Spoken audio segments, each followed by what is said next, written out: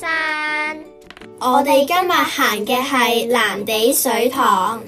介紹藍地水塘係香港屯門虎地嘅出名而易達嘅灌溉水塘，因其湖水嘅顏色與香港其他嘅水塘唔同，常被視作天空之鏡，成為夢園段嘅風景聞名，適合親子及新手行山。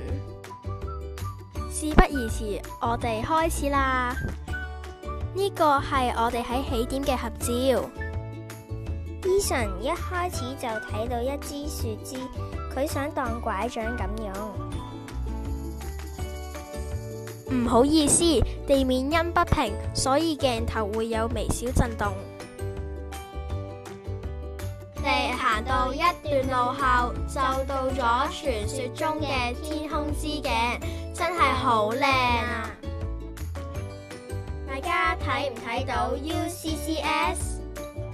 今日嘅影片嚟到呢度，多謝大家。